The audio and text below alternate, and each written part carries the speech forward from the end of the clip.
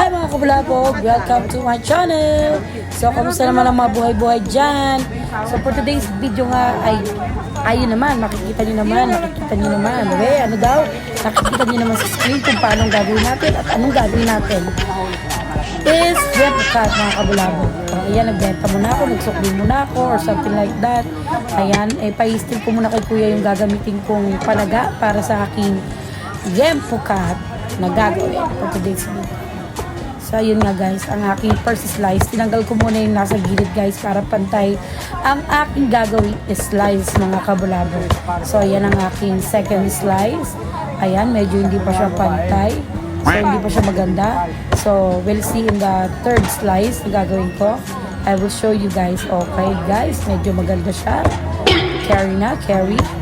So guys, let's go to the fourth slice. Oh guys, ayan, maganda na siya guys. Actually, yung mga ganyang slice mga kabulabog is per inihaw. Gusto nyo kasi yung mga customer tayo na gusto talaga sa pag-ihaw is maninipis. Manipis lang siya. Minsan nga parang nipis na pang sandy kasi di ba para daw mas medyo madami, ganito. Marami makakain. Ayan. Makikita niyo naman mga kabulabog yung slice ko, di ba? So, meron pa kami another slice dyan kung gusto nyo.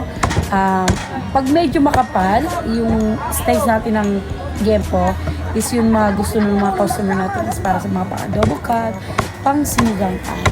Yan. Parang medyo makapal ang gusto nila.